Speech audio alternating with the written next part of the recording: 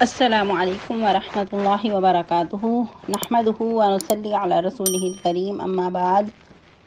امید کرتے ہیں آپ تمام سسٹرز خیر و عافیت سے ہوں گی اور ایمان کی بہترین حالت میں ہوں گی۔ اللہ رب العزت سے دعا ہے آپ کی طرف ہر بڑھنے والا شر خیر میں بدل دے، آمین آمین۔ پیاری سسٹرز، ہم لوگ سورۃ المائدہ کی آیت مبارکہ 102 تک ترجمہ تفسیر پڑھ چکے تھے۔ آج مزید 3 آیت مبارکہ کی ٹرانسلیشن کریں گے اور تفسیر کا لیسن آیت مبارکہ 103 سے پڑھیں گے۔ رب اشرح لی صدری ویسر لی امری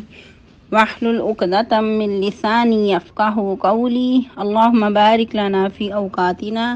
اللہم فقہنا فی الدین اللہم انی اسألک الہدی والتقی والعفاف والغنی اللہم الہمنی رشدی واعذنی من شر نفسی۔ اعوذ باللہ من الشیطان الرجیم، بسم اللہ الرحمن الرحیم۔ ما جعل اللہ من بحیرۃ ولا سائبۃ ولا وصیلۃ ولا حام ولکن الذین کفروا یفترون علی اللہ الکذب واکثرهم لا یعقلون۔ وَإِذَا قِيلَ لَهُمْ تَعَالَوْا إِلَى مَا أَنزَلَ اللَّهُ وَإِلَى الرَّسُولِ قَالُوا حَسْبُنَا مَا وَجَدْنَا عَلَيْهِ آبَاءَنَا أَوَلَوْ كَانَ آبَاؤُهُمْ لَا يَعْلَمُونَ شَيْئًا وَلَا يَهْتَدُونَ۔ يَا أَيُّهَا الَّذِينَ آمَنُوا عَلَيْكُمْ أَنفُسَكُمْ لَا يَضُرُّكُمْ مَنْ ضَلَّ إِذَا اهْتَدَيْتُمْ إِلَى اللَّهِ مَرْجِعُكُمْ جَمِيعًا فَيُنَبِّئُكُم بِمَا كُنتُمْ تَعْمَلُونَ۔ ٹرانسلیشن: ما جعل اللہ من بحیرۃ، نہیں بنایا اللہ نے بحیرہ، ولا سائبۃ اور نہ سائبہ، ولا وصیلۃ اور نہ وسیلہ، ولا حام اور نہ حام، ولکن الذین کفروا اور لیکن وہ لوگ جو کافر ہیں، یفترون علی اللہ الکذب وہ گڑ لیتے ہیں اللہ پر جھوٹ، واکثرهم لا یعقلون اور اکثر ان میں سے نہیں عقل سے کام لیتے۔ وَإِذَا قِيلَ لَهُمْ اور جب کہا جاتا ہے ان سے، تعالوا آؤ، إِلَى مَا أَنزَلَ اللَّهُ طرف اس کی جو اتارا اللہ نے، وَإِلَى الرَّسُولِ اور طرف رسول صلی اللہ علیہ وسلم کی، قالوا وہ کہتے ہیں حسبنا کافی ہے ہمیں، ما وجدنا جس پر پایا ہم نے، علیہ اس پر، آباءنا اپنے باپ دادا کو، اولو کان آباؤہم اور اگرچہ ہوں ان کے باپ دادا، لا یعلمون شیئا ولا یہتدون نہ کچھ جانتے اور نہ ہدایت پر۔ یا ایھا الذین آمنوا اے لوگو جو ایمان لائے ہو، علیکم تم پر ہے، انفسکم تمہاری جانوں کا یا تمہاری جانوں کی ذمہ داری تم پر ہے، لا یضرکم نہیں ضرر پہنچا سکتا تمہیں، من ضل جو گمراہ ہے، اذا اہتدیتم جب تم ہدایت یاب ہو، الی اللہ مرجعکم جمیعا تم سب کو اللہ کی طرف لوٹ جانا ہے، فینبئکم تو وہ خبر دے گا تم کو، بما کنتم تعملون ساتھ اس کے جو کچھ تھے تم اعمال کرتے۔ تفسیر آیت مبارکہ 103 سے، جیسا کہ ہم لوگ کل کے لیسن میں پڑھ چکے کہ اللہ رب العزت بلا وجہ کی چھان پھٹک اور کثرت سوال سے مسلمانوں کو منع کرتے ہیں، اور بھی بہت ساری احادیث سے پتہ چلتا ہے کہ نبی صلی اللہ علیہ وسلم نے کیل و کال سے منع کیا اور کثرت سوال سے منع کیا، اور بلا وجہ کی گفتگو کہ جو بے معنی ہے، لا یعنی گفتگو ہے جس کا کوئی مقصد نہیں، تو اس طرح کی گفتگو سے منع کیا ہے۔ تو اس آیت مبارکہ میں مزید اللہ رب العزت کردار سازی کرنا چاہتے ہیں مسلمانوں کی، اور وہ ہے عقیدے سے ریلیٹڈ، جو کہ لوگوں نے خود ہی اپنی طرف سے ہی کچھ ایسی چیزیں ایجاد کر لی تھی جس کا اللہ رب العزت نے حکم نہیں دیا تھا۔ لوگوں کے اندر طرح طرح کے عقیدے پائے جاتے تھے، اور زمانہ جاہلیت میں بھی لوگوں نے، مشرکین نے بتوں کے نام پر اپنے جانوروں کو چھوڑ رکھا تھا، ان کو استعمال نہ کرتے، نہ ان پر سواری کرتے، نہ ان کے دودھ دوتے اور نہ ان سے اور کوئی کام لیتے، جو کہ اللہ رب العزت نے انسان کے لیے حلال اور جائز رکھا ہے، تو انہوں نے جان بوجھ کر اپنی طرف سے ہی ان کو اپنے اوپر حرام کر لیا تھا، اور پھر مزید ان کو مختلف قسم کے نام دیے تھے۔ تو ادھر اللہ رب العزت ان میں سے 4 طرح کے جو جانور تھے ان کا ذکر فرما رہے ہیں، جیسا کہ اللہ تعالیٰ فرما رہے ہیں، ما جعل اللہ من بحیرۃ ولا سائبۃ ولا وصیلۃ ولا حام۔ تو اس کا مزید اگر احادیث سے مطالعہ کریں تو وضاحت کا پتہ چلتا ہے، جس طرح کہ سیدنا سعید بن مسیب رحمہ اللہ یہ تابعی ہیں یہ تابعی بہت ہی جلیل القدر تابعین میں ان کا شمار تھا، اور ان کی کئی قسمیں تھیں ان کے تابعین کی۔ ان میں سے کچھ صغار قسم کے تھے تابعین اور کچھ کبار تابعی تھے۔ تو ان کا شمار سعید بن مسیب کا کبار تابعین میں سے ہوتا تھا، اور وہ بھی علماء میں سے، یعنی کہ ان کا شمار جو بڑے بڑے علماء تھے تابعین میں سے ان میں ان کا شمار تھا۔ تو فرماتے ہیں کہ بحیرہ وہ جانور ہوتا جس کا دودھ بتوں کے لیے چھوڑ دیا جاتا، اس کو کوئی انسان اپنے لیے نہیں دوتا تھا، اور پھر صاحبہ وہ جسے اپنے معبودوں کے لیے کھلا چھوڑ دیا جاتا، اس پر نہ کوئی چیز لا دی جاتی، یعنی کہ نہ کوئی سامان اس پہ لوڈ کر کے ایک جگہ سے دوسری جگہ پہ لے جایا جاتا، نہ کوئی اس پہ سواری کرتا اور نہ اس سے کوئی اور کام لیا جاتا۔ پھر وسیلہ اس اونٹنی کو کہا جاتا جو پہلی بار بھی مادہ بچہ جنے، پھر دوسری بار بھی مادہ ہی بچہ جنے، یعنی کہ درمیان میں کوئی نر بچہ اس نے جنم نہ دیا ہو، تو اس کو بھی کیا کرتے، بتوں کے نام پہ چھوڑ دیا جاتا۔ اور اس کی وجہ تسمیہ جو بتائی جاتی ہے وسیلہ وصل سے، یعنی کہ ملانے سے، یہ اس لیے نام رکھتے کہ درمیان میں کوئی نار کا ان کے ساتھ کوئی لنک نہیں ہے، بلکہ دو مادہ ہی یکے بعد دیگرے اس اونٹنی نے جنم دیے ہیں۔ اور حام اس اونٹ کو کہا جاتا جس سے 10 بچے پیدا ہوئے ہوں، تو اس کو بھی ایسے یعنی کہ نر اونٹ کو بتوں کے نام پہ چھوڑ دیا جاتا، اس پہ نہ کوئی سواری کی جاتی اور نہ اس کو کسی اور استعمال میں لایا جاتا۔ پھر مزید سعید بن مسیب فرماتے ہیں رحمہ اللہ تعالی، ابو ہریرہ رضی اللہ تعالی عنہ کے ذریعے روایت کرتے ہیں کہ رسول اللہ صلی اللہ علیہ وسلم نے فرمایا کہ میں نے عمر بن عامر خزائی کو دیکھا کہ وہ اپنی انتڑیاں آگ میں کھینچ رہا ہے، استغفر اللہ، یعنی کہ جہنم کے اندر اپنی انتڑیوں کو کھینچ رہا ہے، کیونکہ یہ پہلا شخص تھا جس نے یہ رسم ایجاد کی تھی، یہ جو ہم نے ابھی پڑھی ہے۔ اور یاد رہے کہ یہ جو تفسیر ابھی بتائی گئی ہے ان کے بارے میں 4 طرح کے جو بتوں کے نام پہ مشرکین نے چھوڑ دیا ہوتا ان کو، تو یہ سعید بن مسیب رحمہ اللہ کی تفسیر سے ہے، اور بھی مختلف قسم کی تفاسیر ان کے بارے میں ملتی ہیں۔ کچھ تابعین نے ان کے بارے میں یوں بتایا کہ بحیرہ وہ جس کا کان بتوں کے نام پر کاٹ دیا جاتا، یعنی کہ اس کو کہتے ہیں کہ بخر سے ہے، فائلہ کے وزن پہ، فائلہ بمعنی مفعولہ، جس کا معنی کہ شک کرنا یعنی کہ پھاڑنا، کیونکہ جس طرح کہ پہلے بھی ہم نے پڑھا کہ شیطان نے کہا تھا کہ میں ان کو وعدے دلاؤں گا اور ان سے کہوں گا کہ جانوروں کے کان کاٹتے رہیں۔ تو آج بھی یہ چیز ہمارے مسلمانوں میں بھی لاعنی کی وجہ سے یا جہالت کی وجہ سے پائی جاتی ہے کہ کچھ لوگ جانوروں کے کان کاٹ کر اس کو پھر اسی کے چارے میں مکس کر کے جانوروں کو ہی کھلا دیتے ہیں۔ اور پھر مزید جو تفاسیر ملتی ہیں مختلف تابعین سے، صاحبہ آزاد چھوڑی ہوئی اس اونٹنی کو جس سے 10 بچے پیدا ہو چکے ہوں اور سب کے سب مؤنث ہوں، یعنی کہ اونٹنیاں ہی ہوں، تو اس کو بھی صاحبہ کہا جاتا تھا۔ نہ اس پر کوئی سواری کرتا اور نہ ہی اس پر کوئی دودھ پیتا، اور نہ اس کے علاوہ اس کو کسی اور کام میں لایا جاتا۔ اور بھی وسیلہ کی تفسیر میں بتاتے ہیں کہ 2 مادہ بچے 7 مرتبہ یکے بعد دیگرے جنم دینے والی، اور پھر حام کہ جس سے 10 بچے پیدا ہوئے ہوں، اسے سانڈ بنا کر چھوڑ دیتے کہ اس نے اپنی پشت محفوظ کر لی ہے، پھر اس پر نہ تو سواری کی جاتی اور نہ اس پر بوجھ لادا جاتا، نہ اسے پانی چارے وغیرہ کے لیے استعمال کیا جاتا۔ اور مزید ان کی ہٹ درمی اور ان کا ظلم یہ تھا کہ ان چیزوں کو اللہ کی طرف منسوب کرتے کہ اللہ نے یہ چیزیں مقرر کی ہیں، تو اسی لیے اللہ رب العزت نے شروع میں ہی آیا مبارکہ کے سٹارٹ میں ہی وضاحت کر دی کہ ما جعل اللہ من بحیرۃ ولا وسیلۃ ولا صائبۃ ولا وسیلۃ ولا حام، کہ اللہ نے نہ کوئی بحیرہ چیز بنائی ہے اور نہ صائبہ اور نہ وسیلہ اور نہ حام، لیکن کیا ہے کہ یہ لوگ خود ہی اللہ پر جھوٹ افطرا گڑھتے ہیں، اور ایسا کیوں کرتے ہیں؟ اکثر ان کے عقل سے کام ہی لیتے، جیسا کہ ہم نے پہلے پارے میں بھی پڑھا تھا کہ ان کے اندر منافقین کے اندر ایک شاہ جتنی بھی عقل نہیں ہے، یعنی کہ ایک بال جتنی بھی ان کے اندر عقل نہیں۔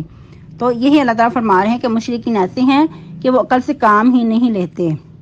کہ یہ چیزیں انہوں نے اپنی طرف سے ہی گاڑ لی ہیں، اللہ پر جھوٹ باندھتے ہیں اور یہ کام اپنی طرف سے کرتے ہیں، عقل سے کام ہی نہیں لیتے۔ اور یہ بھی یاد رہے کہ ہر قبیلے کا طریقہ جو تھا مختلف تھا، تو اس وجہ سے بھی کچھ لوگوں نے یہ جو بحیرہ صاحبہ اور وسیلہ اور حام جو نام رکھے، ہو سکتا ہے کہ نام ان کے ایک ہی ہوں اور جو طریقہ ان کا مختلف ہو. خیر جو بھی کچھ ہے یہ ان کی اپنی ہی ایجادات تھیں. اللہ رب العزت نے ایسا کچھ بھی حکم نہیں دیا. پھر مزید اللہ تعالیٰ فرما رہے ہیں وَإِذَا قِيلَ لَهُمْ تَعَالَوْا إِلَىٰ مَا أَنزَلَ اللَّهُ وَإِلَى الرَّسُولِ، جب ان سے کہا جاتا ہے کہ آؤ اس کی طرف جو کچھ اللہ نے نازل کیا ہے، یعنی کہ کچھ تحقیق کر لیں، کچھ مطالعہ کر لیں، کچھ اللہ رب العزت نے جو کچھ اتارا ہے اس کی طرف کچھ خیال کر لیں، اور رسول صلی اللہ علیہ وسلم کی طرف، یعنی کہ جو آپ وسلم شریعت لے کر آئے ہیں اس کو دیکھ لیتے ہیں تو وہ کیا کہتے ہیں قالوا حسبنا ما وجدنا علیہ آباءنا، یعنی کہ ان کے اندر جو اندھی تقلید ہے اسی کو وہ لے کر بیٹھ جاتے ہیں. کہتے ہیں کہ ہمیں وہی کافی ہے جس پر ہم نے اپنے آباء و اجداد کو پایا، یعنی کہ وہ نسل در نسل اسی کی پیروی کرتے آ رہے ہیں. اللہ تعالیٰ فرماتے ہیں کہ کیا اگرچہ ان کے باپ دادا نہ کچھ علم رکھتے ہیں اور نہ ہدایت پر ہوں تو تب بھی وہ انہی کی اندھی تقلید کرتے رہیں گے، انہی کے نقشے قدم پہ چلتے رہیں گے، کیونکہ اللہ رب العزت کے فرامین کے سامنے اور نبی صلی اللہ علیہ وسلم کی شریعت کے سامنے باپ دادا کی جو تقلید ہے وہ کچھ معنی نہیں رکھتی. باپ دادا غلطی پہ بھی ہو سکتے ہیں، لیکن افسوس کے ساتھ کہ آج بھی اگر دیکھا جائے تو بہت سارے مسلمان کہلانے والے بھی یہ کچھ کرتے ہیں. وہ ہمارے بڑے ایسے کرتے تھے، وہ ہمارے فلاں بزرگوں نے یوں کہا، وہ ہمارے جو بہت ہی مانے ہوئی ہستی ہے، وہ ہمارے فلاں پیر ہیں، انہوں نے ہمیں یہ کرنے کا حکم دیا. وہ فلاں جو بہت زیادہ کارنامے کر کے دکھاتے ہیں ہم تو ان کے کہنے پہ چلتے ہیں. اس قسم کی جو باتیں ہیں ہمارے معاشرے میں آج بھی پائی جاتی ہیں. یاد رہے کہ حق کے سامنے باپ دادا کی کہی ہوئی باتیں، ان کے رسم و رواج کچھ معنی نہیں رکھتے. جب قرآن و حدیث کی بات سامنے آ جائے، نبی صلی اللہ علیہ وسلم کی شریعت سامنے آ جائے تو اس وقت پھر باپ دادا کی رسم و رواج ہوں، چاہے وہ جو بڑے پیشوا ہیں ان کے، چاہے وہ پیر ہوں یا اماموں کے قول ہوں، پھر وہ کچھ معنی نہیں رکھتے. ایسی چیز پھر جو ہے وہ پاؤں تلے بھی رون دی جائے گی. اس کے بارے میں جو بہت بڑے بڑے امام جن کو کہا جاتا ہے انہوں نے بھی ایسے اقوال کہے تھے کہ اگر ہماری بات قرآن و حدیث سے ٹکرائے تو پھر ہماری بات کو دیوار پر دے مارا جائے، پھر اس وقت ہماری بات کی، ہمارے قول کی کوئی اہمیت نہیں ہوگی. پھر مزید اللہ رب العزت فرما رہے ہیں یا ایھا الذین آمنوا علیکم انفسکم لا یضرکم من ضل اذا اہتدیتم الی اللہ مرجعکم جمیعا فینبئکم بما کنتم تعملون. اے ایمان والو، تمہاری جانوں کی ذمہ داری تم پر ہے، نہیں تم میں کوئی نقصان پہنچا سکتا جو گمراہ شخص ہے جب تم ہدایت یاب ہو. یعنی کہ ایمان والوں سے کہا جا رہا ہے کہ تمہاری جانوں کی ذمہ داری تم پر ہے، جب تم ہدایت یاب ہوگے تو کوئی گمراہ شخص تمہارا کچھ نہیں بگاڑ سکتا. انسان خود کو چٹان بنا کے رکھے تو پھر کوئی بڑی سی بڑی جو گمراہ کن ہستی ہے وہ سامنے آ جائے تو وہ ٹکرا کر خود ہی ادھر برباد ہو جائے گی، وہ مسلمان مومن کا کوئی نقصان نہیں کر سکتی. لیکن ہمارا معاملہ اس کے برعکس ہے. ہم لوگ جب معاشرے کو دیکھتے ہیں کہ گمراہی بہت پھیل چکی ہے، لوگ رسم و رواج کے عادی ہو چکے ہیں، تو ہم لوگ چٹان بننے کے بجائے ہم خود بھی پھسلنے لگتے ہیں، ہم خود بھی اسی رنگ میں رنگے جانے لگتے ہیں. پھر کیا کہتے ہیں کہ کیا کریں، اب معاشرہ ہی ایسا ہے، اب ماحول ہی ایسا ہے، پھر ماحول کے ساتھ تو چلنا پڑے گا، تو چلو کوئی بات نہیں، تھوڑا بہت تو پھر کرنا ہی پڑتا ہے. یا پھر یوں کہہ دیتے ہیں کہ سب لوگ ہی تو ایسا کرتے ہیں. تو یاد رہے کہ اس طرح کی باتیں جو ہیں وہ دلیل نہیں ہوا کرتی حق کے سامنے. اب دیکھیں اس آیت مبارکہ میں بات کتنی واضح ہے کہ اے ایمان والو، تم اپنے قدموں پہ مضبوط رہو، چٹان بن کے رہو، کیونکہ تم سے تمہاری جانوں کا سوال کیا جائے گا کہ اگر گمراہی پہ کوئی ہے تو اس کی گمراہی کا جو ضرر ہے، نقصان ہے، اس پر ہی ہے. تم اپنے آپ کو مضبوط رکھو. لیکن افسوس کے ساتھ کہ کچھ لوگ اس کا بھی غلط معنی مفہوم لیتے ہیں. ان کا کہنا یہ ہوتا ہے کہ ہمیں کہا گیا ہے کہ تمہیں اپنی جان کی بس فکر کرنی چاہیے، دوسروں کی اصلاح کرنا ضروری نہیں ہے. یعنی کہ امر بالمعروف اور نہیں عن المنکر کرنا ضروری نہیں ہے، ہر انسان کو بس اپنی ہی فکر کرنی چاہیے. جبکہ یہ باتیں احادیث کے منافی ہیں. بہت ساری احادیث سے پتہ چلتا ہے کہ امر بالمعروف اور نہیں عن المنکر کرنا بہت ضروری ہے، جیسا کہ آپ بارہا پہلے بھی پڑھ چکے ہیں احادیث مبارکہ سے بھی اور آیت مبارکہ سے بھی. اور یاد رہے کہ اسی غلط فہمی کا ازالہ کرتے ہوئے سیدنا ابو بکر صدیق رضی اللہ تعالیٰ عنہ نے اپنے ایک خطبہ میں ارشاد فرمایا تھا، لوگوں تم اس آیات کو پڑھتے بھی ہو، اس کا غلط معنی مفہوم لیتے ہو، جبکہ میں نے رسول اللہ صلی اللہ علیہ وسلم کو خود فرماتے سنا کہ جب لوگ ظالم کو دیکھیں پھر اس کا ہاتھ نہ روکیں تو قریب ہے کہ اللہ کی طرف سے ان پر عذاب آئے۔ پھر مزید اسی حدیث میں کہ کچھ لوگ ایسے ہیں کہ جو اللہ کی نافرمانیاں کرتے ہیں اسی پر عمل کرتے جاتے ہیں، جبکہ وہ اس کو بدلنے کی طاقت بھی رکھتے ہیں، لیکن اگر اس کو بدلتے نہیں تو قریب ہے کہ اللہ کی طرف سے اللہ تعالیٰ اپنا حکم لے آئے، یعنی کہ عذاب کی وعید لے آئے تو اس کی لپیٹ میں سب لوگ ہی آ جائیں۔ اور جیسا کہ پہلے بھی بارہا سن چکے ہیں کہ جب انسان امر بالمعروف اور نہی عن المنکر نہیں کرتا تو پھر کیا ہوتا ہے کہ اللہ کی طرف سے عذاب آتا ہے، تو جو ان کے مومن ہیں، جو اس وقت جو لوگ نیک ہیں وہ بھی دعائیں کرتے ہیں، پھر اللہ تعالیٰ دعائیں قبول نہیں کرتے اور پھر اس عذاب کے لپیٹ میں سب لوگ ہی آ جاتے ہیں، کیونکہ جو ان کی ذمہ داری تھی وہ انہوں نے پوری نہیں کی۔ اور آیت میں بھی اگر غور کیا جائے تو بات صاف واضح ہے، لا یضرکم من ضل اذا اہتدیتم، کہ کوئی جو گمراہ شخص ہے تمہارا نقصان نہیں پہنچا سکتا جب تم ہدایت یاب ہو، یعنی کہ جو امر بالمعروف کا تمہارا ذمہ ہے تم نے اس کو پورا کیا ہے، تو پھر اگر کوئی شخص بھٹکتا ہے اپنی گمراہی پہ اڑا رہتا ہے تو پھر تمہارا کوئی اس میں نقصان نہیں ہے، کیونکہ تم نے اپنی ذمہ داری کو پورا کر دیا، تم نے وہ جو پیغام تھا تمہارے ذمہ وہ پہنچا دیا ہے۔ پھر اللہ تعالیٰ ساتھ ہی ڈانٹ پلا رہے ہیں کہ تم سب کو اللہ کی طرف لوٹ جانا ہے، پھر اس وقت تمہیں خبر دے گا جو کچھ تم دنیا پہ اعمال کرتے رہے۔ دنیا پہ تو بہت انسان اختلافات کرتے رہتے ہیں کہ یہ درست ہے، یہ درست نہیں، یا ہم نے تو یوں کیا یا ہم یوں کرتے ہیں اور آپ لوگ گمراہ ہیں، آپ لوگ اس طرح کرتے ہیں، لیکن اللہ تعالیٰ کہہ رہے ہیں کہ ان سب کا جو فیصلہ ہے میرے پاس ہے،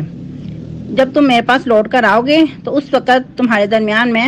اچھی طرح فیصلہ کر دوں گا، تمہیں آگاہ بھی کروں گا جو کچھ تم دنیا پہ اعمال کرتے تھے۔ آج کے لیے اتنا ہی کافی ہے، تو آپ لوگوں نے اپنا جائزہ لینا ہے کہ جو کچھ مشرکین میں توہمات پائے جاتے تھے، خود ساختہ ان کے اندر روایات پائی جاتی تھیں، تو آج بھی معاشرے میں کیا کچھ ہو رہا ہے، کیا ہم لوگ تو نہیں اس میں ملوث؟